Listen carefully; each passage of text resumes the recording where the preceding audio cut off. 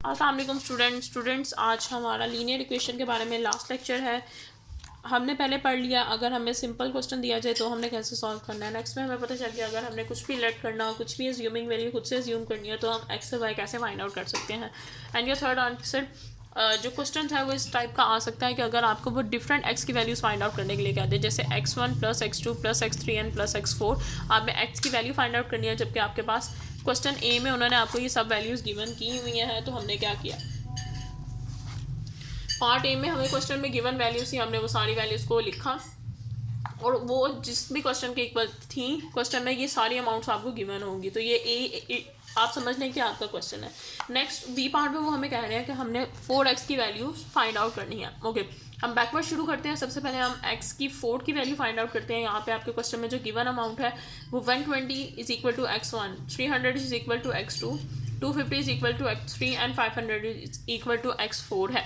यहाँ पे उन्होंने कहा है जो वैल्यू आपने फाइंड आउट करनी है उसको छोड़ के बाकी तीनों x की वैल्यू जो है वो हम जीरो कंसीडर करेंगे। So as we know question के अकॉर्डिंग हमने आंसर जो अपना सोल्यूशन है वो सॉल्व करना होता है। तो 120 multiply by 0 plus 300 multiply by 0 plus 250 multiply by 0 करेंगे तो सबका आंसर 0 0 ही आता है। सो 500 इज इक्वल टू x4। यहाँ पे अगर देखा जाए तो आता है 60,000।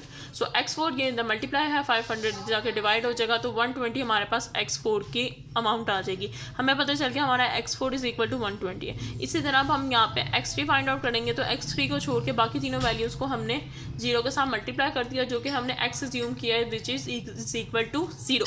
ये ज्यूमिंग वैल्यू नहीं है, ये आपको क्वेश्चन में गिवन होगी। जबकि एज रिगार्डिंग टू अगर लीनियर इक्वेशन का रूल देखा जाए तो x is always is equal to 1, but question में ये रिक्वायरमेंट है। सो क्वेश्चन की रिक्वायरमेंट के थ्रू हम ये सोल्यूशन सॉल्व कर रहे हैं। सो बाद में बच गया 250, x की वैल्यू 3, इधर है 60,000, x3 इधर ही रह गया। 60,000 डिवाइड बाई 250 किया तो 240 हमारे पास आंसर आ गया। इसी तरह अब हमने x का स्क्वायर और x1 की वैल्यू भी फाइंड आउट कर लेनी है।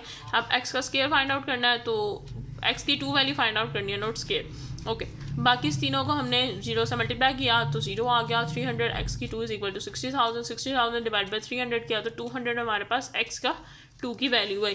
इसी तरह x1 की वैल्यू निकालेंगे तो 120 x1 के इक्वल है। बाकी तीनों के साथ हमने 0 कंसीडर किया तो 120 x1 की वैल्यू है which is equal to the 60,000। So x1 इधर ही रह गया, 60,000 डिवाइड बाई 120 विच इज़ 500। अगर हम यहाँ पे देखें तो हमारे पास x1 is equal to 500, x2 is equal to 200, x3 is equal to 240 and x4 is equal to 120 आ गया।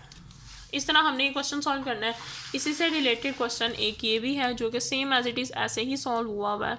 स्टूडेंट्स, आज हमारा जो टॉपिक था लीनियर इक्वेशन का वो आज हम ख़त्म कर चुके हैं। हमारा लीनियर इक्वेशन का टॉपिक भी आज वाइंड अप हो चुका है और आपकी बुक का एक और चैप्टर ख़त्म हो गया है। Thank you class.